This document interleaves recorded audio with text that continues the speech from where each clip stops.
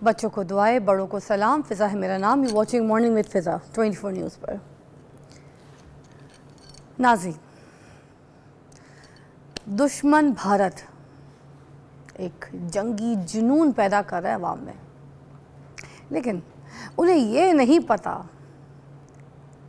कि मेरे मुहाफ़िज़ पाकिस्तान के अपनी सरहदें जो है ना, उनकी चप्पे चप्पे की हिफाजत करने के लिए तैयार हैं।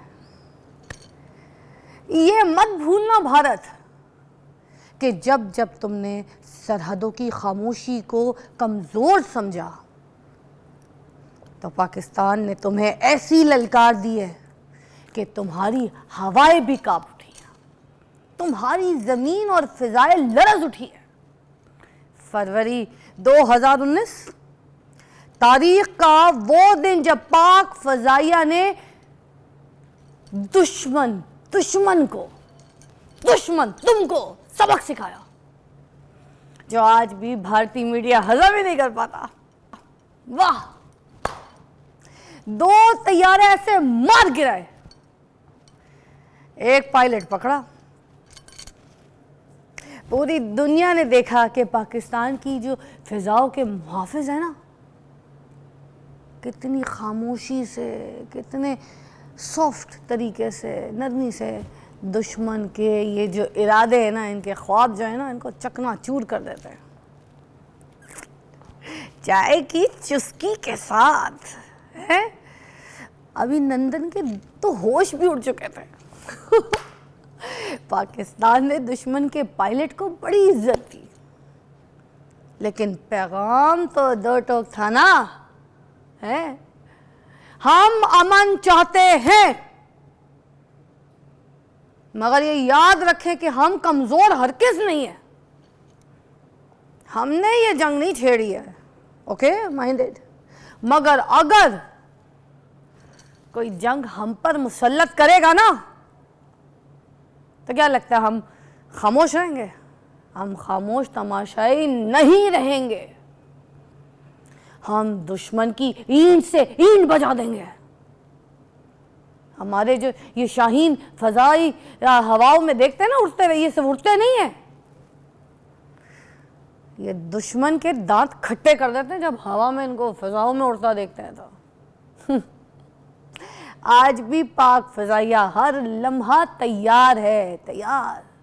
वो जज्बा अमानी, कौमी गैरत और शोहदा की कुर्बानी को साथ लेकर प्रवास करते हैं। वाह, इनके तैयारों की खन खरच जो है ना, इनके मिसाइलों के निशाने दुश्मन की नींदें हराम कर देते हैं। ए भारत, याद रखो, दुश्मन के खिलाफ ना हम एक हैं, मुल्क मुत्तहद हैं और तैयार हैं। तो सुन लो ए दुश्मनाने पाकिस्तान, अगर तुमने हमें आजमाने की कोशिश की, हमें आजमाया, तो वो तूफान उठेगा जिसमें तुम्हारी फख्र, तुम्हारी बुज़दिल वो फौज, तुम्हारी ये फरेबकारी सब बह जाएगी। पाकिस्तान की फ़ज़ाएं महफूज हैं क्योंकि यहाँ पर पाक फ़ज़ाइया है, और जब तक पाक फ़ौज और आवाम जिंदा है, दुश्मन हमारी तरफ मैली आंख से नहीं देख सकता। ओहो, बात है, देखा आपने? कुछ देखा है? देखें, फ़िज़ा के मुहाफ़िज़, फ़िज़ा के शाह सवार हम हैं, लेकिन ये है जनरेशन वॉर, वो भी फिफ्थ जनरेशन वॉर। ये जंग जो है साइबर वॉर है। अगर हमारे मुहाफ़िज़ सरहदों पर और फ़िज़ाओं में और समंदरों में बेदार है ना, तो हमारे साइबर सिक्योरिटी के जो एक्सपर्ट हैं वो दुश्मन की चालों को नाकाम बनाने के लिए अपना ज़बरदस्त काम कर रहे हैं। और यही आज हमारा टॉपिक भी है कि साइबर सिक्योरिटी के जो चैलेंजेस हैं उनसे हम किस तरीके से निपट रहे हैं। और हमारे साथ आज साइबर सिक्योरिटी एक्सपर्ट भी हमने यहाँ पे मदद की हैं ताकि हम इनसे बात करें इस मौजू के ऊपर। डॉक्टर आयशा अल्ताफ़ हमारे साथ मौजूद हैं और आज हम इनसे भी इस बात पे बात करेंगे कि जो साइबर सिक्योरिटी के हवाले से जो ये फ़ाइट हो रही है, जो दुश्मन की जो चालें हैं, मुख्तलिफ़ जो टेक्नोलॉजीज़ हैं जिसके ज़रिए हम पे ये जो दुश्मन वार कर रहा है, डिजिटल वॉर, जो सोशल मीडिया की जो जंग है, प्रोपेगेंडा और ये जो फॉल्स न्यूज़ की जो जंग है, अफवाहों की जो जंग है ना, उससे किस तरह से निपटा जाए। अस्सलाम वालेकुम आयशा जी, कैसी हैं? जी वालेकुम अस्सलाम। आई होप आपको आज हमारे शो पे बड़ा जज्बा, बड़ा पैशन, बड़ा जुनून आपको मेरी बातों से तो लगा ही होगा, मगर ये मेरी आवाज़ नहीं थी, ये पूरी आवाम की, ये पूरी पाकिस्तानी की, बल्कि आपकी आवाज़ भी थी। ऐसे ही है? बिल्कुल ऐसा ही है, बिल्कुल ऐसा ही है। थैंक यू सो मच, आपने मुझे बुलाया। एक ब्रेक लेंगे, ब्रेक के बाद हम आपको यहाँ पे प्रॉपर ज्वाइन करेंगे ताकि आप तरीके से हमें स्टेप बाय स्टेप्स को एलैबोरेट कर सकें। ठीक है, डॉक्टर आयशा हमारे साथ हैं, स्टे ट्यून्ड।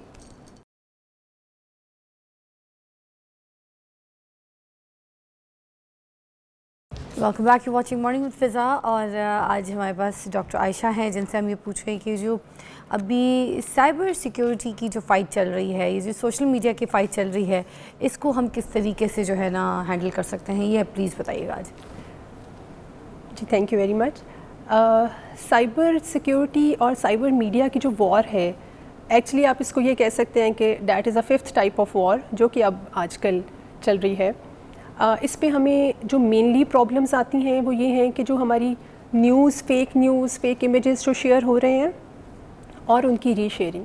तो हम थोड़ा सा उसके ऊपर बात कर सकते हैं कि फ़ेक न्यूज़ जो है उसको हम रीशेयर होने से कैसे रोक सकते हैं और उसके लिए हमें क्या क्या मालूमात और कौन सी इन्फॉर्मेशन का होना जो है वो हमारे लिए ज़रूरी है एज एन इंडिविजुअल। इसको हम इंडिविजुअल लेवल पे कैटर कर सकते हैं, इसको हम ऑर्गेनाइजेशनल लेवल पे कैटर कर सकते हैं और अल्हम्दुलिल्लाह इंडिविजुअल पे तो हमारी रिस्पॉन्सिबिलिटी है। ऑर्गेनाइजेशनल लेवल पे पाकिस्तान माशाल्लाह बहुत अच्छा काम कर रहा है इसमें, जो कि आप मुझे देख रहे हैं कि मैं नेशनल सर्ट को ही यहाँ पे रिप्रेजेंट कर रही हूँ as an distinguished trainer program. उन्हीं की काविशें हैं, उन्हीं की जो सारी स्ट्रगल्स हैं कि हम मल्टीपल जगहों पे जाके ये अवेयरनेस, साइबर सिक्योरिटी अवेयरनेस के प्रोग्राम्स जो है वो कर रहे हैं, ट्रेनिंग्स दे रहे हैं ताकि लोगों में अवेयरनेस पैदा करें कि साइबर सिक्योरिटी होती क्या है और इससे हम कैसे बच सकते हैं। ये हैशटैग का क्या सिलसिला होता है? ये जो कुछ लोग जाली हैशटैग बनाते हैं और ये बड़ा गलत होता है, हमें पता कोई नहीं होता, हम कभी इस तरह के हैशटैग्स लिखने की कोशिश करते हैं और उसके ऊपर फिर जैसे ही वो लिखा आ जाता है कोई जाली हैशटैग, हमारे पास उसकी ऑथेंटिसिटी तो होती नहीं, हम उसको क्या करते हैं, उसको क्लिक कर देते हैं। इससे क्या नुकसानात हो सकते हैं और इससे क्या बात हो सकती है, क्या ख़तरा हो सकता है?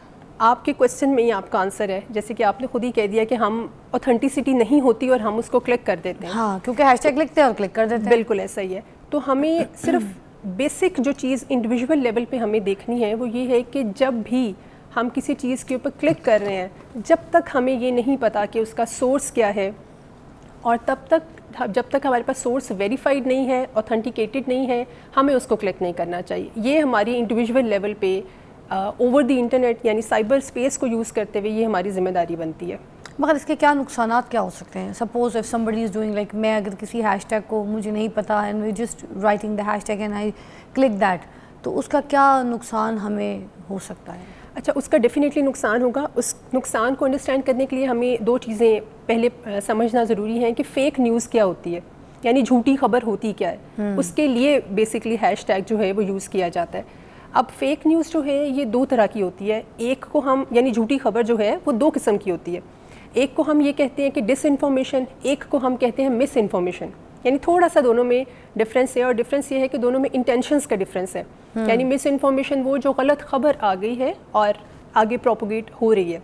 डिसइंफॉर्मेशन का मतलब है जो फैलाई जा रही है गलत खबर। तो जो गलत खबर फैलाई जाएगी उसमें इंटेंशनली आपके हैशटैग्स भी होंगे, उसमें आपके बॉट्स भी इन्वॉल्व होते हैं, उसकी जो स्प्रेड है उसका बहुत तेज़ी से होता है। तो हमें ये अंडरस्टैंड करने की ज़रूरत है, हमें इसका एनालिसिस करने की ज़रूरत होती है कि ये जो इन्फॉर्मेशन है ये किस तरह हम तक पहुंची है, कौन से हैशटैग्स यूज़ हो रहे हैं और कितना तेज़ी से ये फैल रही है। यानी उसको हमें थोड़ा सा ना आप समझ लें विजिलेंटली और शार्प माइंड के साथ ये समझने की ज़रूरत है कि इन्फॉर्मेशन को रीशेयर करने से पहले, यानी जब भी मैंने रीशेयर करनी है इंडिविजुअल लेवल के ऊपर, मुझे ये पता होना चाहिए कि मैं जो इन्फॉर्मेशन रीशेयर करने जा रही हूँ, हैशटैग पे क्लिक करने लगी हूँ, इसके इफेक्ट्स क्या हो सकते हैं। तो अच्छा, ये हमें पता कैसे चलता है कि इन्फॉर्मेशन कहाँ से जनरेट हो रही है, कहाँ से फैलाई जा रही है? क्या हम इसके बारे में जान सकते हैं?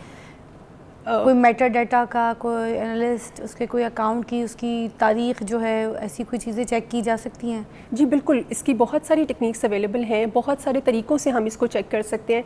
लेकिन अगर आप एक मुझसे बात करें कि एज एन इंडिविजुअल एक आम बंदा जो है वो कैसे चेक करेगा, हाँ। तो आम बंदा एटलीस्ट उसकी इन्फॉर्मेशन के सोर्स को देखे कि आपके पास वो आ कहाँ से रही है और उसको क्रॉस चेक करने की कोशिश करे। फॉर एग्ज़ाम्पल, अगर मेरे पास कोई मुझे इन्फॉर्मेशन रिसीव हो रही है तो मुझे उसको रीशेयर करने से पहले, फैलाने से पहले या आगे फर्दर अपने फ्रेंड्स फैमिलीज़ को या जो भी रीपोस्ट करने से पहले इस चीज़ को मैं ये चेक कर लूँ कि जिस ऑर्गेनाइजेशन से, जिस डिपार्टमेंट से जिसकी वो इन्फॉर्मेशन है, क्या उसने अपने पेज के ऊपर भी वो इन्फॉर्मेशन दी है।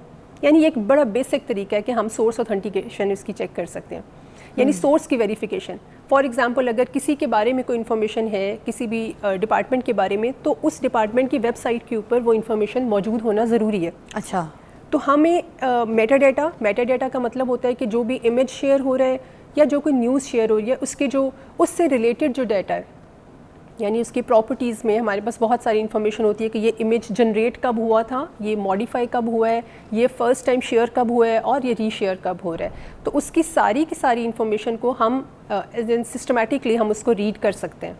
तो हमें थोड़ा सा विजिलेंटली रीशेयर करने की ज़रूरत है। ये जो सोशल मीडिया के जैसे हम बात करें गलत ख़बरों और फेक न्यूज़ वगैरह जो होती हैं इनकी, ठीक है, अब इस तरह की जो अफवाहें हैं इनसे निपटने के लिए तो कौन से हिफाजती प्रोटोकॉल्स जो हैं वो आपने मतलब तैयार किए हैं? कोई ऐसी तदाबीर, कोई ऐसी चीज़ें, कोई ट्रिक्स अगर है, टेक्निक्स हैं तो वो भी अगर हमारे साथ शेयर करें देखने वालों को। जी अच्छा, नेशनल लेवल के ऊपर तो नेशनल सर्ट बहुत अच्छा काम कर रहा है। नेशनल सर्ट की प्रॉपर जो भी थ्रेड्स मौसूल होते हैं या किसी का पता चलता है कि जो भी इंफॉर्मेशन शेयर हो रही है, नेशनल सर्ट जो है वो एडवाइजरीज़ इशू कर देता है कंसर्न डिपार्टमेंट्स को, यानी जिससे रिलेटेड है उसको बता दिया जाता है कि जी ये इन्फॉर्मेशन इस तरह की आएगी या इस तरह की इन्फॉर्मेशन या वायरसेस हैं या मलिशियस प्रोग्राम्स हैं, उनको आप अच्छा, ये सर्च जो है नेशनल साइबर इमरजेंसी की ये रिस्पांस टीम, बिल्कुल बिल्कुल, ये गवर्नमेंट लेवल पे इनिशिएटिव है, बिल्कुल ऐसा ही है। और उसी के ही फर्दर हम लोग आगे, जैसे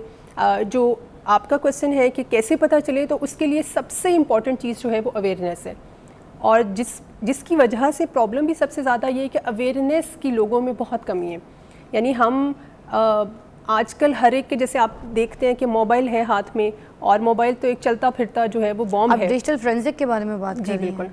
अच्छा, डिजिटल मीडिया के बारे में बेसिकली मैं बात करूँ, सोशल मीडिया के बारे में, कि सोशल लिटरेसी नहीं है हमारे में, डिजिटल मीडिया लिटरेसी का जो है वो कमी है लोगों में, आम लोगों में, कि उनको ये नहीं पता कि हम अगर शेयर कर रहे हैं इंफॉर्मेशन कोई भी या गलत खबर कोई भी फैला रहे हैं तो उसके आफ्टर इफ़ेक्ट्स क्या हो सकते हैं। तो उन आफ्टर इफ़ेक्ट्स को बेसिकली देखना और उन पर गौर करना बहुत ज़रूरी है, कोई भी पिक्चर, कोई भी चीज़ रीशेयर करने से पहले।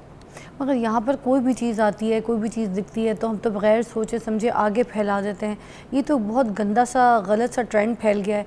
हम देखते तक नहीं हैं, उसके बारे में कोई रिसर्च नहीं करते कि कौन सी चीज़ सच है, झूठ है, कौन सी खबर फैलानी है, कौन सी नहीं फैलानी। हम तो इस बारे में भी नहीं सोचते, ये भी नहीं देखते कि कौन सी खबर आ कहाँ से रही है। ये पता है, हमें पता होता है उसके मोटिव्स क्या हैं, उसके मकासद क्या है, वो लोगों में किस तरीके से बेचैनियाँ पैदा कर रहा है। हम नहीं सोचते, हम नहीं देखते, हम फैला देते हैं। हम, ये ट्रेंड बन गया है, ट्रेंड बन गया है, बिल्कुल है।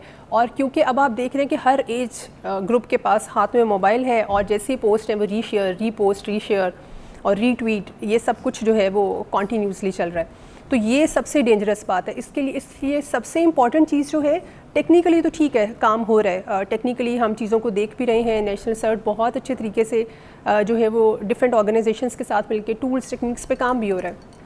लेकिन इंडिविजुअल लेवल के ऊपर हमें अवेयरनेस की बहुत ज़रूरत है।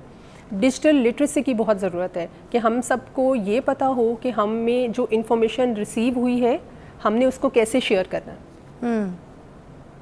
तो अगर हम नहीं करते सही तरीके से तो फिर ये नुकसान वैसे हमारा भी तो है। बिल्कुल है, बिल्कुल। आप देख रहे हैं कि जो फेक न्यूज़ के नुकसानात हैं वो इंडिविजुअल लेवल पे किस तरह के हैं, ऑर्गेनाइजेशनल लेवल पे, और इनफैक्ट अगर फेक न्यूज़ स्प्रेड होती है तो कंट्री लेवल पे भी हमें उसका बहुत नुकसान उठाना पड़ता है। अच्छा, ये जो दुश्मन है, ये जो अफवाहें फैला सकता है, प्रोपेगेंडा करता है, ठीक है, ये गेम प्ले कर रहा है, दूसरे ममालिक में बैठ के पता भी नहीं चलता कि कहाँ से क्या चीज़ आ रही है और आपके जहन को प्ल्यूट कर रही है, गंदा कर रही है। अब ये सारे सिनेरियो को किस तरीके से देखेंगे? देखिए, सोर्स ऑथेंटिकेशन इसीलिए इम्पॉर्टेंट है कि अगर तो वो सोर्स दुश्मन का है तो हमें ये इस चीज़ को एक्सेप्ट करना चाहिए कि वो हमारे फेवर में तो कोई चीज़ नहीं देगा। इसका मतलब है जो भी वो न्यूज़ हमें दे रहा है या जो भी वो इमोशनल बेसिकली इंस्टेबिलिटी जो है वो जनरेट कर रहा होता है, इमोशनली हमें जो है वो लेके चल रहा होता है कि हम इमोशंस में हम जज्बाती होकर बहुत सारी चीज़ें शेयर कर देते हैं जो कि एक्चुअली हमें नहीं करनी चाहिए। तो सेल्फ लर्निंग, सेल्फ अवेयरनेस, ये सबसे ज़्यादा ज़रूरी है साइबर सिक्योरिटी में। अच्छा, ये भी बताइएगा कि जो AI और मशीन लर्निंग जो है उसकी मदद से झूठी जो ख़बरें हैं उसकी दुरुस्त शिनाख्त मुमकिन है क्या? क्या AI के ज़रिए कोई जाली जो तस्वीर होती हैं, जो वीडियोस होती हैं, उनको पहचाना जा सकता है? उनको जो डीप फेक तस्वीर जो है वो AI के ज़रिए हम उसको कैच कर सकते हैं कि दिस इज़ नॉट रियल? जी बिल्कुल कर सकते हैं, बिल्कुल हम कर सकते हैं। इसके ऊपर ऑलरेडी बहुत सारे टूल्स के साथ काम हो रहा है जिसके लिए उसका मेटा डेटा एनालिसिस होता है। हम रिवर्स इमेज की तरफ जाते हैं, इमेज सर्च की तरफ जाते हैं कि एक्चुअल ये इमेज क्या था, और थोड़ा सा अगर हम ख़ुद भी गौर करें तो बहुत सारे अननेचुरल चीज़ें हमें उस वीडियो के अंदर भी नज़र आनी शुरू हो जाती हैं। जैसे लिप सिंक नहीं होंगे, आवाज़ की मैपिंग नहीं होती, फेस कट्स, मतलब ये बेसिक चीज़ें हैं। लेकिन ऑन दी अदर हैंड अगर आप ये कहें कि 100% पॉसिबल है तो 100% नहीं है। क्यों? क्योंकि एडवर्सियल AI का मतलब है जो इसको मिसयूज़ कर रहे हैं, वो भी टीम उतनी ही स्ट्रॉन्ग है और उतने ही डेडिकेशन के साथ जो है वो काम कर रही है। तो डैट इज़ बेसिकली एक मुश्किल काम है, लेकिन नामुमकिन नहीं है। 100% तो नहीं, लेकिन 80 to 85% जो है वो इसकी शिनाख्त मुमकिन है। ओके, डॉक्टर आयशा हमारे साथ ही, हम एक छोटी सी ब्रेक लेंगे, will be right back, stay tuned.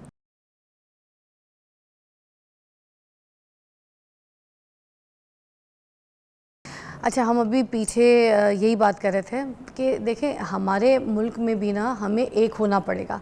वो हमने सुना है ना, एक परचम के साए तले हम एक हैं, हम एक हैं, बचपन से सुनते आ रहे हैं यार, ठीक है। ये सारी चीज़ें हमें क्यों सुनाई गई थी, हमें क्यों याद कराई गई थी? हमारे जज्बे को बढ़ाने के लिए, हमें यकजहती सिखाने के लिए बचपन से हमें ट्रेनिंग दी गई है, तो हम हैं ऐसे। मगर अभी सोशल मीडिया पे देखें, जो वॉर की बात है ना कि जंग कब होगी, किस दिन होगी, कितने दिन बाद होगी, होगी कि नहीं होगी, तो आपको क्या लगता है? जंग जो है शुरू हो गई है। ये जो डिजिटल वॉर है ये हो रही है, ये जो सोशल मीडिया पे आप देख रहे हैं ये वॉर है। किसे वॉर कहते हैं? एक ज़माना था तलवारों से लड़ते थे, उसके बाद ज़माना आया तो उन्होंने हथियार पकड़ लिए, तोपें चलना शुरू हो गई, उसके बाद हवाई जंग शुरू हो गई, ठीक है, फ़ज़ाओं में, पानियों में आबदों से निकलना शुरू हो गई, ठीक है, आबी जंग शुरू हो गई, उसके बाद कलम की जंग शुरू हो गई थी, कलम की, आपको याद होगा, और कलम की जंग के बाद अब डिजिटल वॉर जो कि हो रही है। मगर मैं आपसे एक बात ज़रूर कहूँगी कि जितने भी हमारे सोशल मीडिया पे या जो आर्टिस्ट और मीडिया के जो हमारे एक्टर्स वगैरह, सिंगर्स वगैरह हैं ना, उनके अंदर सेल्फ मोहब्बत बहुत ज़्यादा है, अपनी चाह, अपनी चीज़, बस मेरा सब कुछ अच्छा रहे, बाकी दुनिया जाए भाड़ में, जिस मुल्क में मैं रहती हूँ या रहता हूँ वो जाए कचरे में, भाड़ में। ये वाली जो चीज़ें ना, इसको अपने अंदर से हमें निकालना होगा, हमें एक होना होगा। अगर किसी ने जाके उस मुल्क में, इंडिया में जाके कोई काम कर लिया है, ठीक है, कोई परफॉर्मेंस दे दिया है, ठीक है, वैसे तो उनके मुल्क के आर्टिस्ट तो हमारे मुल्क में आते कोई नहीं है, वो तो हमें इस तरीके से समझते ही कोई नहीं है कि उनके मुल्क का कोई आर्टिस्ट हमारे मुल्क में आके किसी फिल्म इंडस्ट्री में काम करे, ठीक है, हमारे यहाँ पर ड्रामों में काम करे, हमारे पास यहाँ आके परफॉर्मेंस दे। उनके मुल्क के आर्टिस्ट नहीं मरे जा रहे ना, वो आते हैं, मगर हमारे यहाँ के जो एक्टर एक्ट्रेसेस हैं उनको तो, उनकी तो लाशें निकल रही होती हैं, जान जा रही होती हैं, उन्होंने तो ड्रिपें लगा ली हैं इंडिया के नाम की कि वहाँ से फिल्म रिलीज़ होगी तो इंटरनेशनली जो है ना वो फेम मिलेगी। इवन हमारे जो यहाँ के गुलकार भी हैं ना, वहाँ पे जाके फेम हासिल करने की कोशिश करते हैं उनके मुल्क में जाके। यार किस मुल्क में जा रहे हैं जो आपके ऊपर गलत इल्ज़ाम लगा रहे हैं? ये मुल्क आपकी माँ है, आपकी धरती है, या आपकी मिट्टी है, ये आपका सब कुछ है। इस मुल्क के खातिर जान निसार कहना नहीं है, करके दिखाना है। ये जो गाने गाते हैं ना आप लोग, अपनी ज़बान से गाने निकालते हैं, इस मुल्क के लिए जान निसार मर के दिखाएंगे, जान दे देंगे, हम अब इस मुल्क के सिपाही हैं, तो बन के दिखाए ना उस मुल्क में जाके। ये सिपाही आप उनके मुल्कों के लिए गाने गा रहे हैं। यार खुदा के लिए अपनी सेल्फ मोहब्बत ख़त्म करें, ठीक है? और वहाँ पे लोगों को जो है ना प्रेस करना, ये सब कुछ करना, अभी अब वॉर है। आप अपने मुल्क के लिए आवाज़ उठाएंगे। अगर आपकी माँ को कोई उंगली उठाएगा, कुछ कहेगा, तो क्या करेंगे? और जो आपके मुल्क पे कोई आंख गंदी मैली नज़र रखेगा तो उनको happy birthday to you wish करेंगे, या उनके साथ कहेंगे इन्होंने तो कुछ नहीं किया, इनके साथ ताल्लुकात है। भाई उधर से आ रही हवाएं। इस बार आपने सिर्फ अपने मुल्क, अपनी धरती माँ जो है ना उसको प्रोटेक्ट करना है, खड़े हो जाना है कि इसके ऊपर कोई गंदी मैली निगाह नहीं रखेगा, ठीक है? ये याद रखिएगा।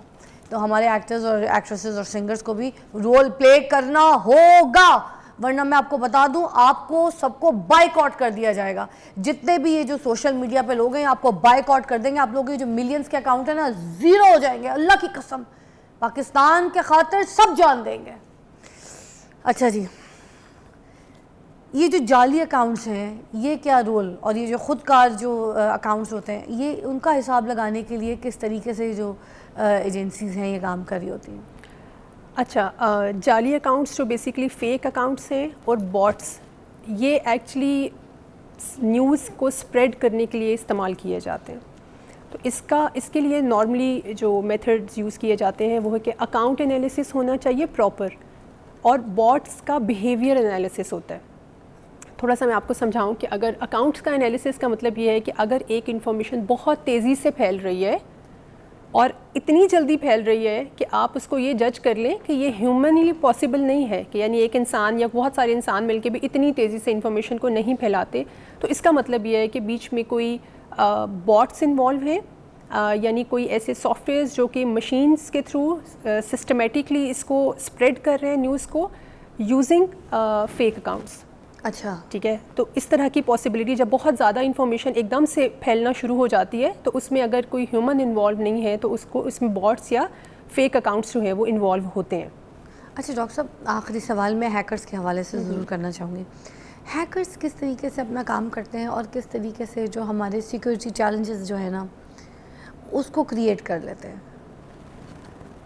देखिए, हैकर्स जो है, हम एथिकल हैकिंग की बात करते हैं तो जब भी लेट्स से हमारे पास सर्टिफाइड लोग हैं जो सर्टिफाइड एथिकल हैकर्स हैं, वो हैकिंग के लिए जब भी कोई फॉर एग्जांपल कोई भी ऑर्गेनाइजेशन अपना सिस्टम डेवलप करती है तो वो एक पेन टेस्टिंग, पेनिट्रेशन टेस्टिंग या कोई हैकिंग के मल्टीपल, मतलब वो मगर मैं चाह रही हूँ कि इस वॉर वाले सिनेरियो को रख के ज़रा क्या क्या कर सकते हैं? देखिए, हाँ जी, बिल्कुल आप सही कह रही हैं।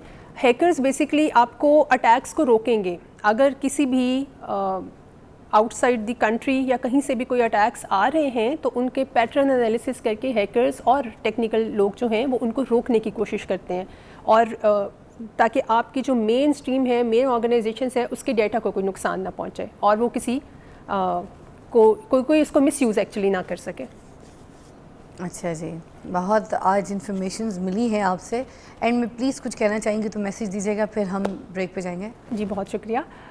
मैसेज पब्लिक के लिए तो सबसे पहले मैसेज यही है कि आप लोग प्लीज़ ऑर्गेनाइजेशनल लेवल पे, नेशनल लेवल के ऊपर नेशनल सर्ट बहुत अच्छा काम कर रहे हैं, बहुत सारे इदारों के साथ मिलके हम काम कर रहे हैं, यूनिवर्सिटीज़ में भी हम काम कर रहे हैं। जो आपकी तरफ से हमें सपोर्ट चाहिए है वो इंडिविजुअल लेवल के ऊपर है। तो हर बंदा अपने एंड पे सिर्फ ये देखे कि जो इन्फॉर्मेशन वो शेयर कर रहा है, जो इन्फॉर्मेशन उसके अकाउंट से जा रही है, या जो कोई भी वो लेट्स से कोई भी इमेजेस या वीडियोस देख रहे हैं तो उसको टैगिंग फैक्ट चेक्स के साथ कर दे ताकि वो फर्दर स्प्रेड ना हो सके। तो अगर इतनी भी अवेयरनेस हमारे में हर बंदे में आ जाती है तो मेरा ख्याल है कि हम फेक न्यूज़ को बहुत हद तक रोक सकते हैं। सो मच, बहुत बहुत शुक्रिया। Will see you after short break. Welcome back, you watching morning with Fiza. और नाज़रीन, हम अब बात करेंगे यहाँ पर बालों की उगाई के ऊपर मतलब हम हेयर ट्रांसप्लांट के ऊपर बात करेंगे। मोस्टली हम जब बात करते हैं तो यही बात कर रहे होते हैं कि हेयर ट्रांसप्लांट किस तरह से हो सकता है, कौन कौन लोग करा सकते हैं।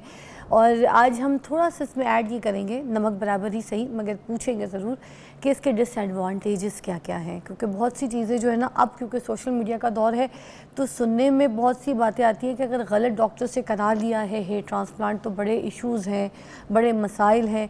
कुछ लोगों की जो है वो बाद में अगर केयर सही नहीं की, एक्स्ट्रा केयर जो आफ्टर केयर जिसे कहते हैं, अगर वो एक्स्ट्रा आफ्टर केयर नहीं की गई सही से तो वो इन्फेक्शन फैल जाता है। और बहुत सी ऐसी कुछ चीज़ें हैं जिसमें ब्लीडिंग भी हो सकती है, पैच बन जाता है और पता नहीं FUE कुछ चीज़ें हैं। तो वो सारा कुछ सिनेरियो जो है हमें आज पूछना है, और हमें कैसे पहचान होगी कि कौन सा डॉक्टर सही है, किसके पास जाना है, किसके पास जाके जो है हेयर ट्रांसप्लांट करानी चाहिए। तो ये शो आपके लिए है। हमारे पास जो है वो है बहुत ही सीनियर डॉक्टर अनील रियाज साहब हैं और हेयर ट्रांसप्लांट सर्जन हैं। तो इनके साथ आज ये सारे सवाल करेंगे। अस्सलाम वालेकुम। वालेकुम अस्सलाम। कैसी तबीयत है? I am fine. वाह, अच्छा, हेयर ट्रांसप्लांट करने से पहले मरीज को किन बातों का ख्याल रखना चाहिए? यहाँ से शुरू। नंबर 1, हेयर ट्रांसप्लांट का जो पेशेंट है वो मरीज़ जो कैंडिडेट है इज़ नॉट अ मरीज़, is a normal person. Hair transplant या गंजपन बीमारी में नहीं आता, अच्छा। It's a normality. बाल एक किसी भी तरह आदमी से है, फॉर गिर man it is a normality. बाल जो जिसके गिरते हैं ये हिस्सा खाली होता है, ये जेनेटिकली बच्चा लेके पैदा होता है कि किस जगह पे उसने खाली होना है। ठीक द है। कॉन्सेप्ट के मैंने कोई एरिया ट्रैवल किया या ये हो गया या मैंने बालों की केयर नहीं की, that doesn't stand, that is not right. जिस बात में हेयर ट्रांसप्लांट होता है, अच्छा। कुछ बीमारियों में छोटे छोटे गंजपन के पैचेस बनते हैं बट वो रेगुलर पैटर्न नहीं होते। सो पैटर्न बाल्डनेस का इलाज हेयर ट्रांसप्लांट होता है। So number 1, it is not अ मरीज, और वो जो इट्स यंग एज में हो जाए उसमें भी कोई इशू नहीं होता? दोज आर उसको भी- जीन्स हैं उसके यंग एज में, उसकी मतलब there is a biological clock with every hair. उस बायोलॉजिकल क्लॉक ने खुलना है और वो दरवाज़ा खोल देना है जिससे मर्दाना हार्मोन टेस्टोस्टेरोन के ने बाल गिराना शुरू कर देना है। अब वो उसकी किस्मत है कि वो बचपन में खुल गया, 17-18 में खुल गया या 40 में जाके खुला। ये तो पेशेंट टू पेशेंट वेरी करता है। आपकी बात सही है। बट जब बच्चा सोशली अपने आप को या कोई आदमी सोशली अपने आप को एक्सेप्टेबल या गंजा महसूस करने लगे, एट दैट टाइम ट्रांसप्लांट हो सकता है। अच्छा, वैसे मैं तो लोगों को ये रेकमेंड करती हूँ कि अगर आप इसको ऐसी कैरी कर सकते हैं अपने कॉन्फिडेंस के साथ तो करें। वैसे मगर सोशली कुछ लोगों को प्रेशर बहुत होता है कि यार ये देखो गंजा है, यार देखो उसकी टिन देखो, ये देखो पाकिस्तान is उसका a problem. This is a airport problem बन in गया सर पे, Pakistan. ऐसी बातें। क्योंकि मगर देखिए यूरोप, अमेरिका, हर जगह पे छोटे बाल या टिंड करा लेना फैशन है। There are heroes with complete baldness. लेकिन पाकिस्तान में टकले का लफ्ज़ इस्तेमाल बड़ी जल्दी हो जाता है। सो पाकिस्तान में बच्चे बहुत डरते हैं कि सर जनाब बड़ी बात है, हम गंजे हो जाएं। ट्रांसप्लांट करते हैं आप, ट्रांसप्लांट सर्जन हैं और आप ऐसी बात करें, बड़ी बात है। आपके कस्टमर कम हो सकते हैं, आपको पता है। कस्टमर मुझे कम ही चाहिए, ढंग के चाहिए, जो ढूंढ रहे हो कि कौन सी जगह सही है। ये जनरल मैसेज वाला सिलसिला है ना कि मैसेज आ गए, क्या हो सकता है क्या नहीं हो सकता, तो गली गली दुकान तो खुली है। I want those people to come to me who are looking for quality. देखिए, if someone doesn't realise it कि एक आदमी ट्रांसप्लांट क्यों करता है, क्योंकि वो गंजपन का शिकार है। सिंपल सी बात है। अब वो ट्रांसप्लांट को ग्रेड करता है पैसों से, कौन कितने पैसे ले रहा है। तो जाहिर सी बात है कि आप एक सवारी खरीदें, फर्ज कीजिए मैं मोटरसाइकिल की सर दुनिया एक की बात न्यूज़ कर की ब्रेक है क्योंकि हम न्यूज़ चैनल पे है ना। Sure. तो एक न्यूज़ की ब्रेक के बाद वापस आते हैं, स्टेप बाय स्टेप आपको बताएंगे क्या करना है, कैसे करना है, किधर नहीं जाना है, किधर जाना है, कितने पैसे खर्चा करने, everything all about. Take a break.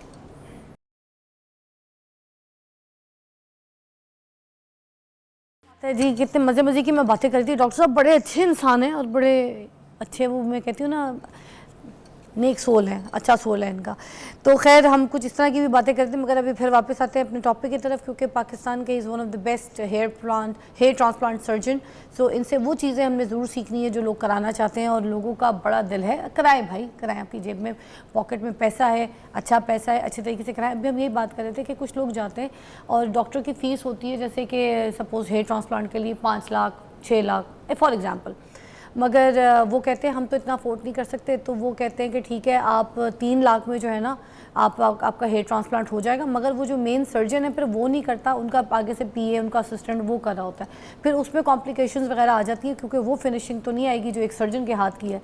तो कुछ लोग ये भी तो गलती करते हैं। द प्रॉब्लम इज़ कि देखिए, जैसे मैंने अभी जिक्र किया, ये किसी एक मेल की ज़िंदगी में क्या चीज़ होती है, वो एक बड़ी गाड़ी की तरफ जाता है, अब एक छोटी और बड़ी गाड़ी में 10-20 लाख 30 लाख 40 लाख का फर्क है, उधर तो वो पैसा खर्च करके अपनी टोर बनाने की कोशिश करता है, या लेट्स से मोटरसाइकिल बड़ी लेने के चक्कर में उसे 2-3 लाख रुपए एक्स्ट्रा देना पड़ जाता है। तो अब बाल तो हर वक्त नजर आने हैं, इस पे खर्चा करते हुए मुसीबत पड़ रही होती है, बाकी चीज़ों पे खर्चा करते हुए वो खुला होता है, अच्छे कपड़ों पे खर्चा हो जाता है, सब कुछ जाता है। तो ये तो हर वक्त नजर आने वाली चीज़ है।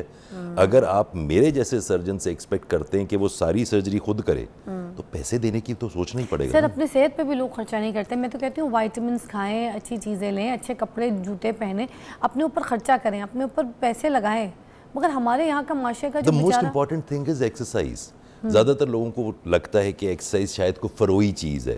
I was very much surprise when I found out कि it has been advised by the pious, जो हमें एडवाइस करते रहे कि ये जो एक्सरसाइज है ये मजहब का हिस्सा भी है वाह। कि आपको एक्सरसाइज करनी होती है। ऐसे ही है। So one should be very regular in workouts, one should be very regular, मतलब very meticulous about the outlook के क्या है।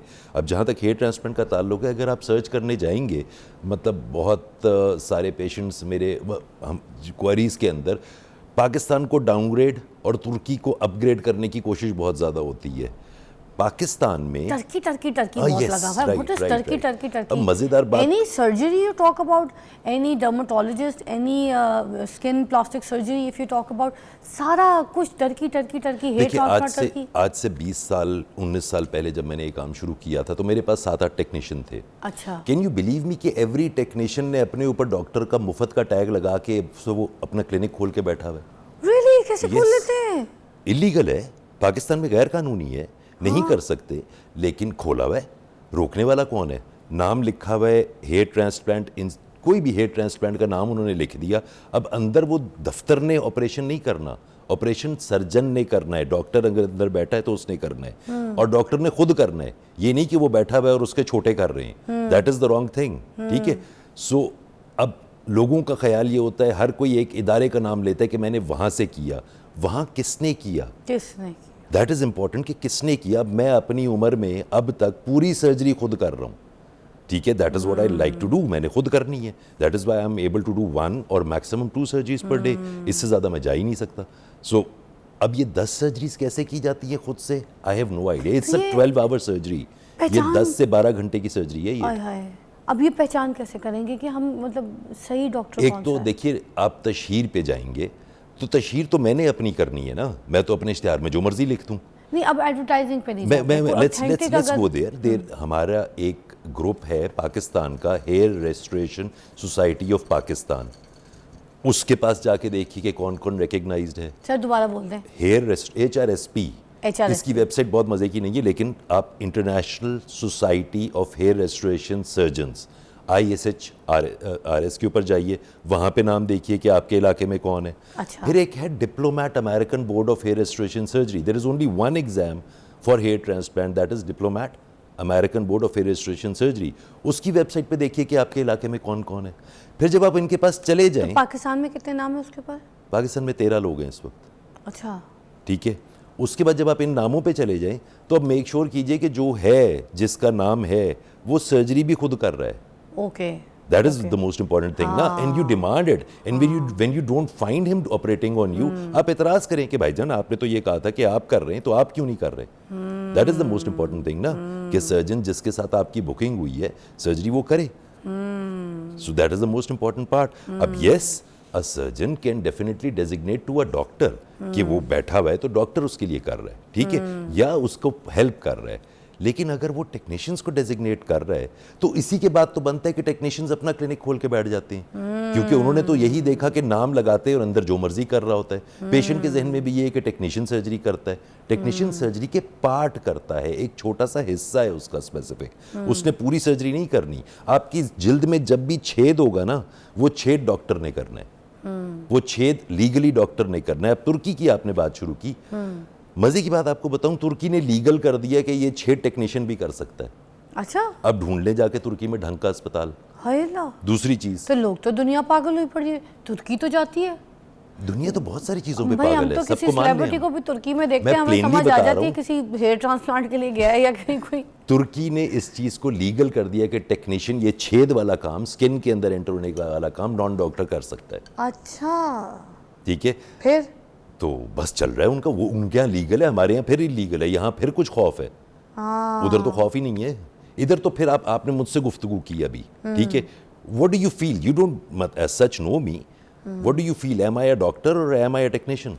नहीं, आप डॉक्टर लग रहे हैं, आई फील पता चल जाता अब एक तुर्की में आप गए हैं, वो गोरा ही है, टेक्नीशियन भी गोरा है, डॉक्टर भी गोरा है, ना अंग्रेजी टेक्नीशियन को आती है ना डॉक्टर को आती बिल्कुल है, ऐसे ही है। डिफरेंशिएट कैसे करेंगे? हाय हाय, करें, जाएं, खेलें। अरे वाह, सही बात बोली है, क्या बात बोली ठीक है, है। सही। सो अब पूरी दुनिया तुर्की क्यों जाती है? क्योंकि तुर्की का टूरिज्म है। वो सिर्फ इसलिए नहीं जाती, वो टूरिज्म इंडस्ट्री, एयरलाइन इंडस्ट्री और जो क्लिनिक्स हैं वो सब मिल गए।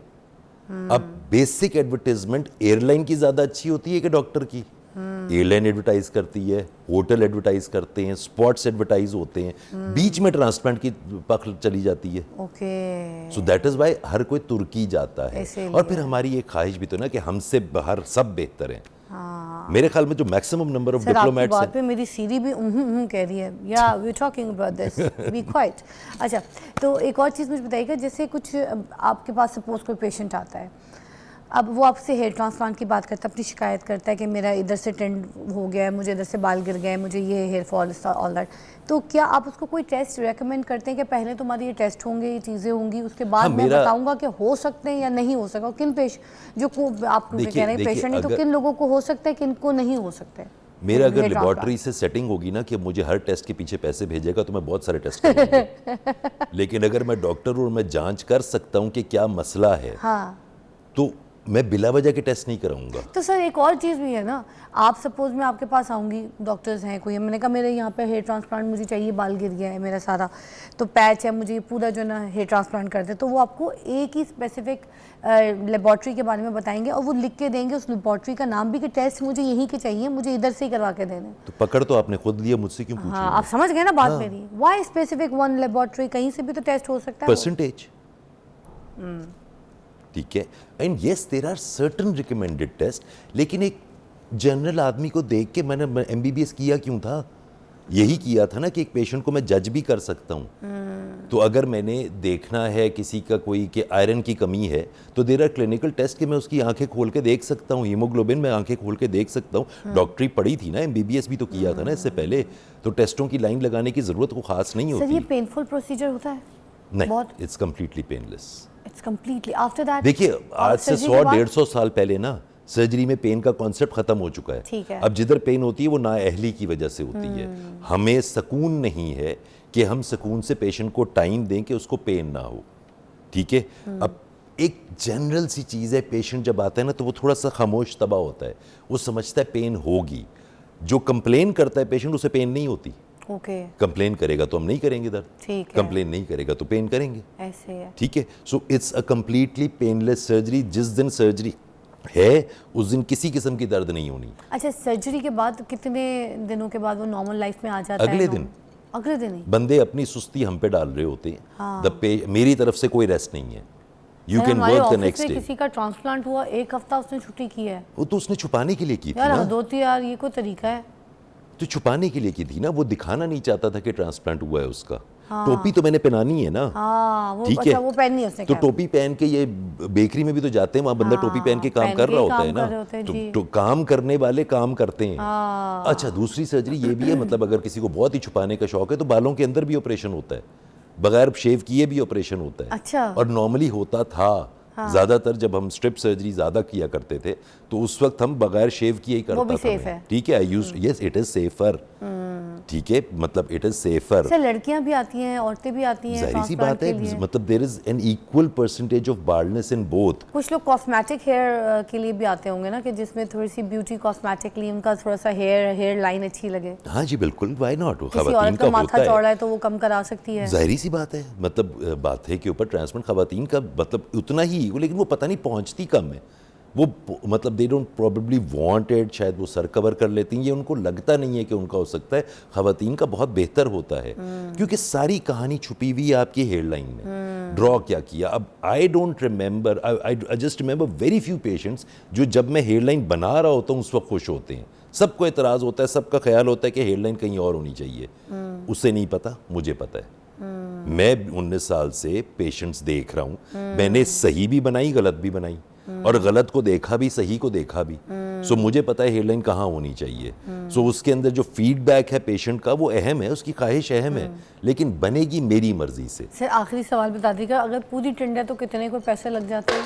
आय हाय, अच्छा, ये टिंड के ऊपर पैसे नहीं लग रहे होते। पूरा ही कुछ सर, ये बाल ही कोई नहीं। डिपेंड करता है कि सर, पीछे कितने को- बाल है कितना, कितना कवर करना सर है। समझे कोई बाल नहीं है, एक बाल नहीं है। अगर पीछे ये जो बाल हैं खुद और इकबाल पूरी साहब सर हैं, को उन- कवर करना है। नहीं, अब कोई एक हमारे जो इकबाल साहब हैं उनका एक बाल नहीं है। अच्छा। तो अब वो किस तरह से लगेगा? पीछे बाल हैं उनके? सर इकबाल साहब के एक बाल नहीं नहीं, है। पीछे हैं कि नहीं है? सर इकबाल साहब के पूरे सर पे एक बाल नहीं तो है। फिर नहीं हो सकता। हाँ, मतलब समझ आए इकबाल साहब? बाल निकलेगा तो लगेगा ना। हाँ। अब जिसके बाल ही पीछे नहीं है, असल चीज है यहाँ डोनर की क्वालिटी क्या है। यहीं से निकाल के देखिए, ये वो बाल हैं जिन्होंने सारी उम्र नहीं गिरना। ठीक है। आपने गंजे तरीन लोगों को देखा, ये रुके होते हाँ, हैं। तो ये- मेरा काम है इनको उठा के आगे लाना। कुछ होगा तो उठा के लाऊंगा ना। वाह, ठीक है, या दाढ़ी से निकालूंगा, कहीं हाँ ठीक है, या अच्छा, बॉडी सर, से लूंगा। एंड में कोई छोटा सा मैसेज देना चाहेंगे तो हम फिर ब्रेक पे जाएं। The most important message is कि ये चेहरा है, इसका सबसे ज़्यादा ख्याल रखना सबसे ज़रूरी है। सो अगर आपकी हेयर लाइन गलत होगी और हर जगह आपको ये सुनने को मिल रहा होगा बहुत अच्छा ट्रांसप्लांट है, तो वो गलत ट्रांसप्लांट है। ट्रांसप्लांट वही होता है जिसका पता नहीं चलता ट्रांसप्लांट है, हल्का हो लेकिन नेचुरल हो। वाह, थैंक यू सो मच, बहुत बहुत शुक्रिया। एक ब्रेक के बाद मिलते हैं।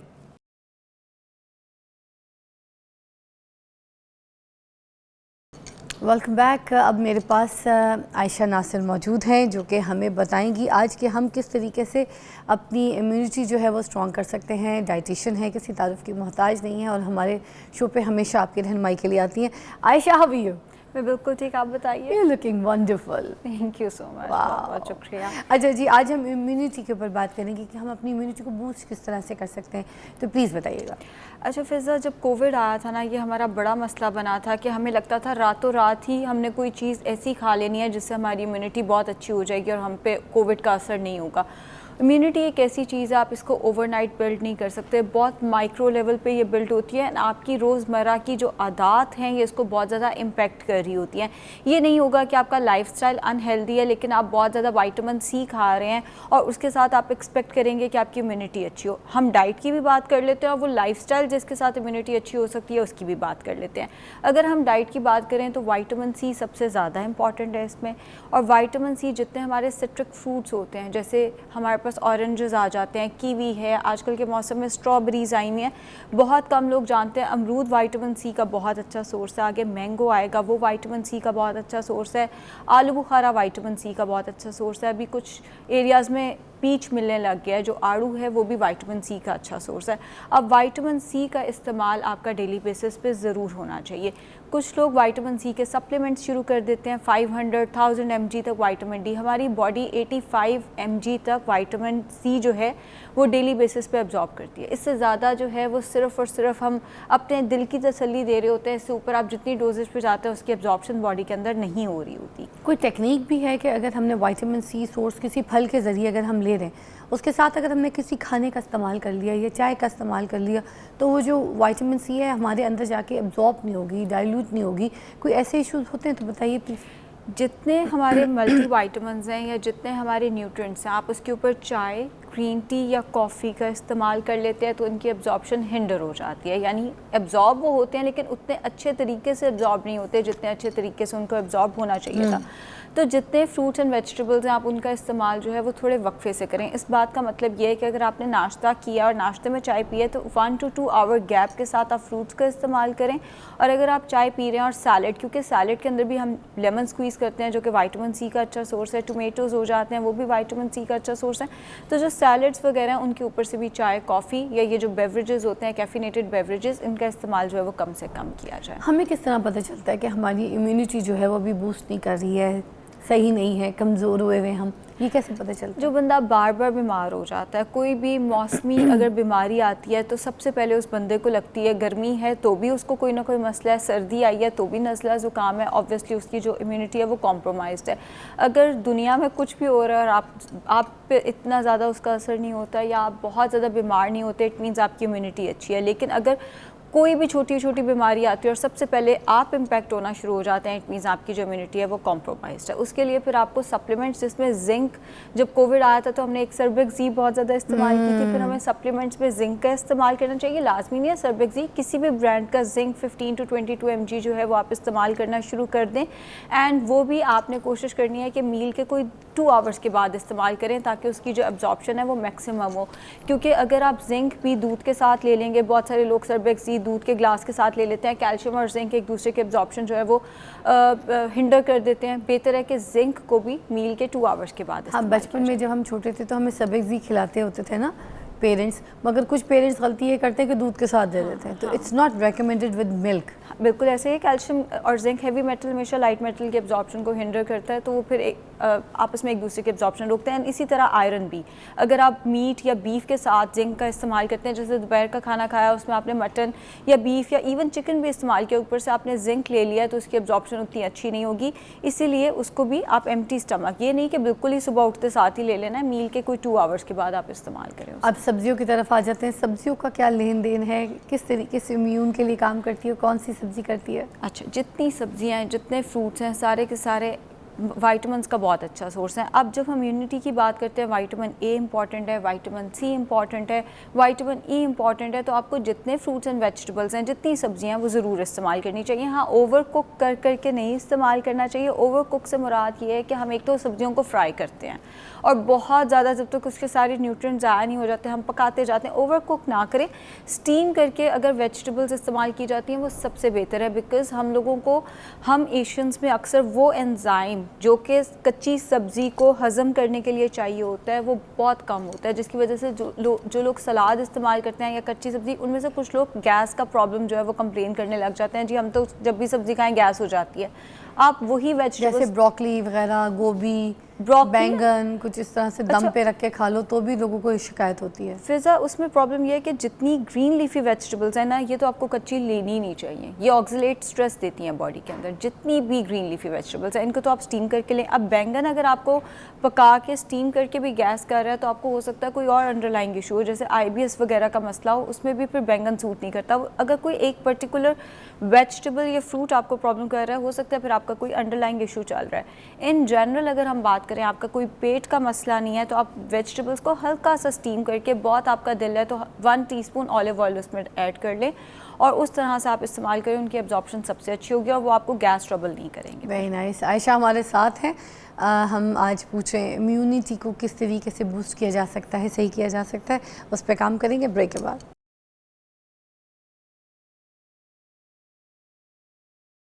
अच्छा, हमारे साथ डॉक्टर आयशा मौजूद हैं और वो हमें बता रही है कि किस तरीके से हम इम्यून को स्ट्रॉन्ग कर सकते हैं। अब कुछ सब्जियों के ऊपर बात कर रहे थे, आपने कुछ बादी सब्जियों के बारे में बताया, जिसमें आपने कहा गोभी और ब्रोकली और ग्रीन्स वाली जितनी भी सब्जियां हैं वो थोड़ा सा इफ़ेक्ट कर सकती हैं, मगर उसको आप अगर दम करके उसमें थोड़ा सा ऑलिव ऑयल डाल के अगर बनाएं और अपनी ज़िंदगी में शामिल करें तो आपकी इम्यूनिटी के लिए बहुत अच्छी है। ऑलराइट, उसके अलावा हम सब्जियों का क्या इस्तेमाल करें, किस तरीके से करें, किन चीज़ों के साथ करें? क्या गोश्त के साथ अगर सब्ज़ी को पकाया जाए तो क्या उसके अंदर सारे जो उसके विटामिन्स हैं वो ख़त्म हो जाते हैं? नहीं, ऐसा नहीं होता। गोश्त के साथ अगर आप सब्ज़ी को पकाते हैं, बस एक फैक्टर आता है कि जो सब्ज़ी के अंदर फाइबर है वो गोश्त के अंदर जो न्यूट्रिएंट्स हैं उनकी एब्जॉर्प्शन को थोड़ा सा हिंडर करता है, बट ये नेचुरल सिस्टम है। अल्लाह ताला ने जो सिस्टम बनाया है खाने पीने का वो इसी तरह बनाया है कि ऑब्वियसली आप रोटी खा रहे हैं गोश्त के साथ लगा के, तो उसमें भी फाइबर है, वो भी कहीं ना कहीं उसकी एब्जॉर्प्शन को हिंडर करेगा। हल्की फुल्की जो हिंड्रेंस है वो आएगी। जब आप वेजिटेबल्स को पका लेते हैं तो फाइबर कोई उस मिकदार में नहीं बचता जिस मिकदार में रॉ वेजिटेबल्स का होता है, लेकिन फिर भी जो हल्का फुल्का फाइबर होता है वो थोड़ा सा हिंडर कर सकता है आयरन की एब्जॉर्प्शन को। ये इतना बड़ा फैक्टर नहीं है। जहाँ तक बात है वेजिटेबल्स को हम किस और फॉर्म में, आप इनकी स्मूदीज़ बना सकते हैं, but as I said before कि आपको ग्रीन लीफी वेजिटेबल्स की स्मूदी नहीं बनानी। मैंने बड़े बड़े इन्फ्लुएंसर्स को देखा है, वो कहते हैं जी केल डाल लो, तो स्पिनच डाल लो, तो इसको ब्लेंड करके लो, या आपके लिवर को डिटॉक्स कर देती है। एक तो लिवर डिटॉक्सिफिकेशन एग्जिस्ट ही नहीं करती। दूसरी बात, जब आप ग्रीन लीफी वेजिटेबल्स को इस तरह से ब्लेंड करते हो तो वो ऑक्सीलेट स्ट्रेस देती हैं और बाकायदा इससे फिर किडनी के मसले जो हैं वो शुरू हो जाते हैं। वो आपको फ़ायदे से ज़्यादा नुकसान दे रहे हैं। हाँ, आप जैसे कैरेट हो गया, उसके साथ एक एप्पल हो गया और थोड़ा सा जिंजर, इसको ब्लेंड करके ले सकते हैं। बीटरूट भी डाल सकते हैं आप, क्यूकम्बर को भी ब्लेंड करके ले सकते हैं, या आप लौकी को चाहें तो उसको भी जिंजर के साथ ब्लेंड करके उसको भी इस्तेमाल किया जा सकता है। ये उन लोगों के लिए जिनको नंबर 1 गैस का कोई प्रॉब्लम नहीं है, नंबर 2 वो सैलड नहीं खा सकते, या उनको वेजिटेबल्स जो है वो खाना नहीं पसंद, वो लोग इस तरह से ले सकते हैं। अगर आपको इस तरह भी नहीं खाना या आपका बच्चा जो है वो वेजिटेबल्स को एक्सेप्ट नहीं करता, तो सैंडविचेस की फॉर्म में थोड़ा सा वेजिटेबल्स को हल्का सा उन्हें स्टीम कर दिया जाए, क्यूकम्बर हो गया या जो भी आपका बच्चा पसंद करता है, अनियन, टोमेटोज़ वगैरह, वो आप उसको सैंडविच में या जो ब्राउन बर्गर्स आ गए हुए हैं या जो टॉर्टिया रैप है उसके अंदर लगा के दे दें। लेकिन वेजिटेबल्स एंड फ्रूट्स बच्चे की और आपकी अपनी भी डाइट का ज़रूर हिस्सा होना चाहिए। वाह वाह वाह, आजकल एक बहुत अच्छी चीज़ है वो आइसबर्ग का जो पूरा होता है, सैलड का जो पत्ता होता है, उसके अंदर कीमा, उसमें सारा जो भी आपको अच्छा लगते हैं सब्जियां, आप प्याज डाल दें, उसमें आप टमाटर डाल दें, उसमें आप थोड़े से मसाले भी थोड़े से स्प्रिंकल कर सकते हैं। उसके बाद उसको रोल करें और उसमें टूथपिक लगाएं और उसको ऐसे रोल बना के खा लें, कितना वो भी बड़ा टेस्टी लगता है। हाँ। तो ये तो कोई नुकसानदेह चीज़ नहीं है, ये तो लोग खा सकते हैं ना, बच्चों को भी हम दे सकते हैं स्कूल के लिए। अच्छा, बच्चों की इम्यूनिटी के ऊपर बात करते हैं। बच्चों को क्या मल्टीविटामिन देने चाहिए? छोटे बच्चों को स्पेशली उनको सोर्स देना चाहिए मल्टीविटामिन के लिए मेडिसिन की फॉर्म में? ये ना थोड़ा सा कंट्रोवर्शियल है। मेरी अपनी जो पर्सनल ओपिनियन है वो ये है कि अगर आपके बच्चे की डाइट ठीक है तो आपको बच्चे को बगैर वजह के सप्लीमेंट्स नहीं देने चाहिए। तो कहते हैं ना लोग फेरो पिला दो, आयरन सप्लीमेंट, पहले आयरन का टेस्ट कराओ। अगर आपको लगता है कि आपके बच्चे को आयरन की कमी है, जैसे पिछले दिनों मैं अपनी नीस को देख रही थी तो उसका ना रंग थोड़ा पेल मुझे लगा, तो मैंने अपनी बहन से कहा इसका आयरन का टेस्ट कराओ।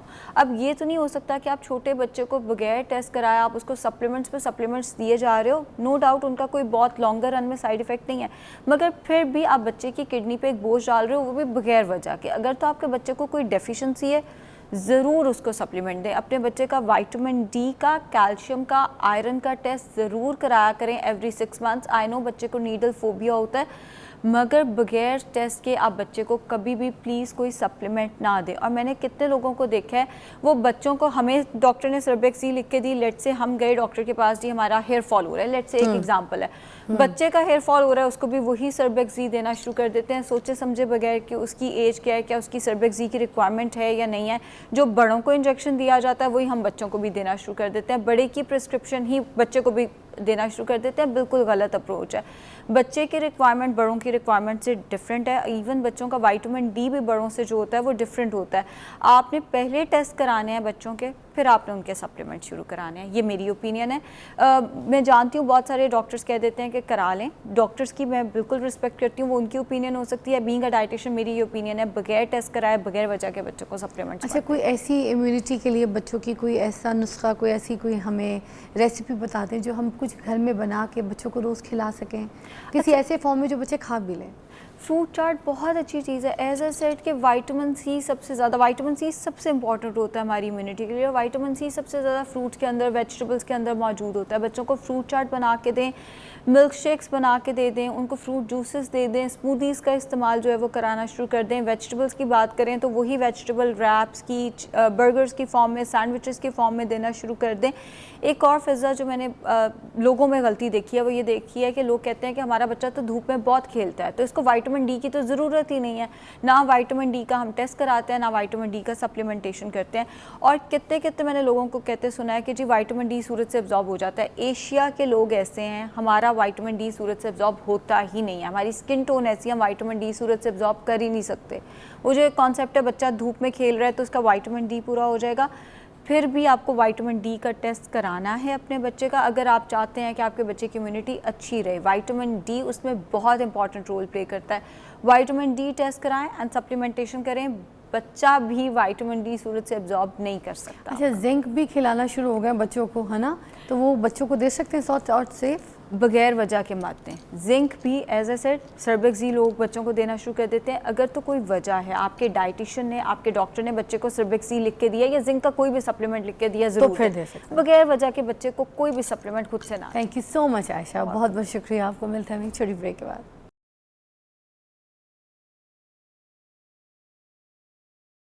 Welcome back. बड़े ज़बरदस्त मेहमान मेरे साथ मौजूद हैं। अमान परवेज़ साहब हैं, तबला प्लेयर हैं। 8 बरस की उम्र से तबला बजाना सीखा इन्होंने। तबला, ढोलक, ड्रम, डबूसा, केजन सब बजा लेते हैं, आज हमारे पास है।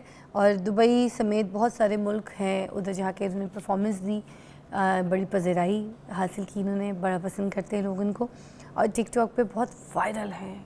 तो आज क्यों ना हम अमान परवेज़ साहब को लाइव यहाँ पे सुने, तो हमने इनको दावत दिया। अस्सलाम वालेकुम। वालेकुम अस्सलाम। कैसे हैं अमान? ठीक ठाक, आप सुनाए कैसे? बस शुक्र अल्हम्दुलिल्लाह। आपका तो टैलेंट दुनिया भर में आप दिखा रहे हैं, टिकटॉक पे भी छाए हुए, सोशल मीडिया के स्टार बने हुए हैं।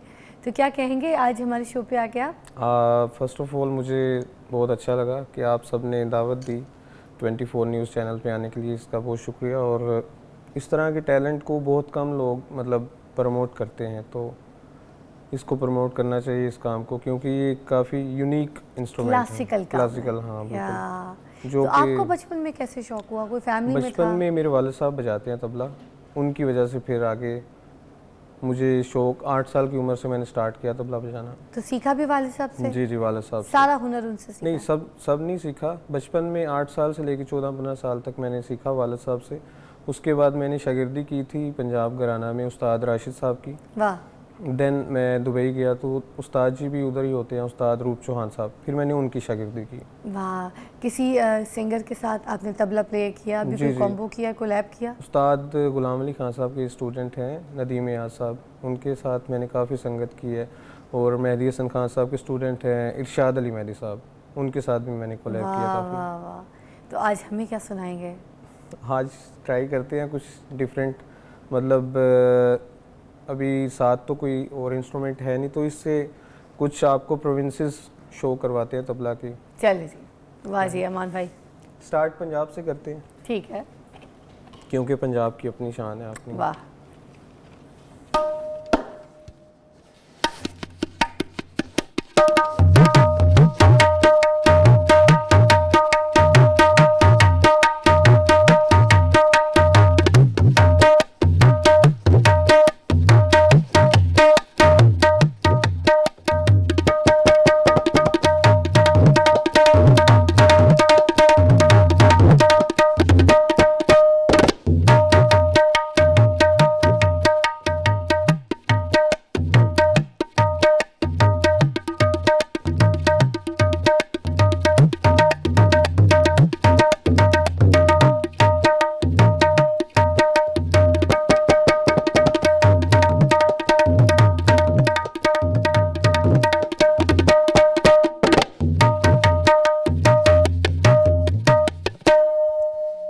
इसके बाद सिंध का थोड़ा सा स्टाइल आपको दिखाते हैं। हाँ।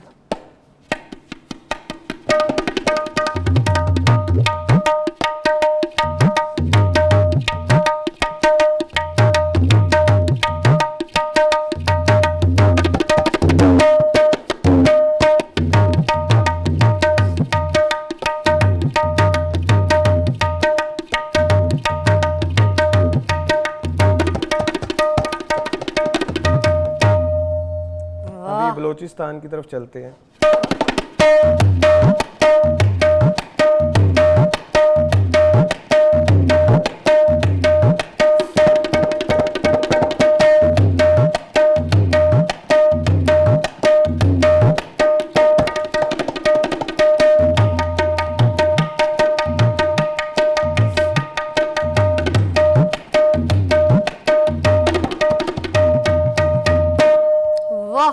इसके बाद पिशावर रह गया, वो वाला भी स्टाइल। अरे वाह, पिशावर तो जरूरी है।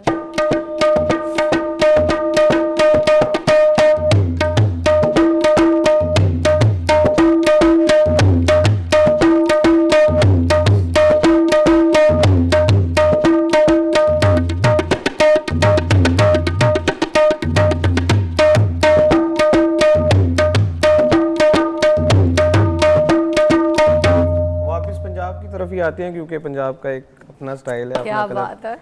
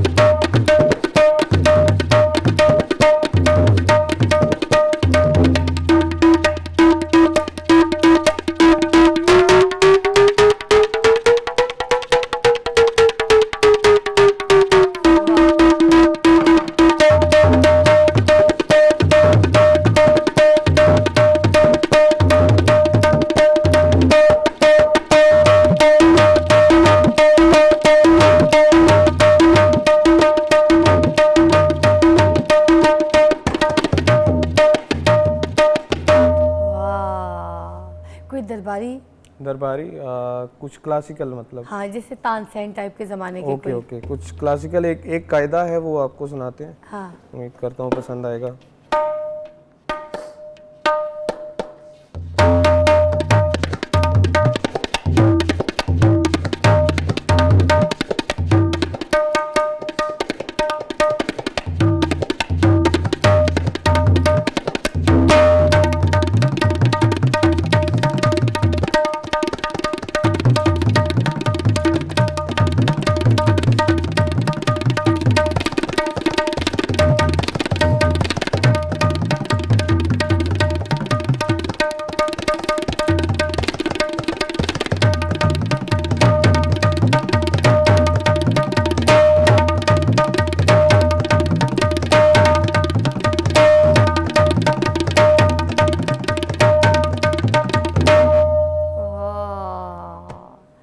बड़ी यंग एज में इतना अच्छा काम कर रहे हैं, बहुत बहुत शुक्रिया आपकी तशरीफ़ आवरी का। बहुत शुक्रिया। आपने अपना टैलेंट हमारी पूरी जितनी भी आवाम है दुनिया में इस तरह से आज लाइव आके लोगों को दिखाया, एंटरटेन किया। आप इनके अकाउंट को भी फॉलो कर सकते हैं, टिकटॉक पे बहुत वायरल है, सोशल मीडिया पे वायरल है। ऐसे लोगों को प्लीज़ प्रमोट करें जिनके हाथ में हुनर है, जिनके हाथ में टैलेंट है। मेरी बहुत सारी दुआएं आपके साथ हैं भाई, आप बहुत आगे जाएंगे इंशाअल्लाह ताला। और हम आपसे मुलाकात करेंगे कल। अपना बहुत ख्याल रखिए।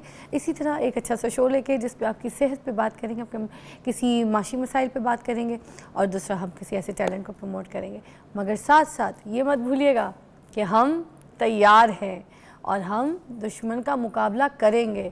तो हम तो कहते हैं इस बार आइए ना, हम आपको चाय नहीं पिलाएंगे, इस बार तो हम आपकी स्मूदी बनाएंगे। Take a break. खुदा हाफिज़।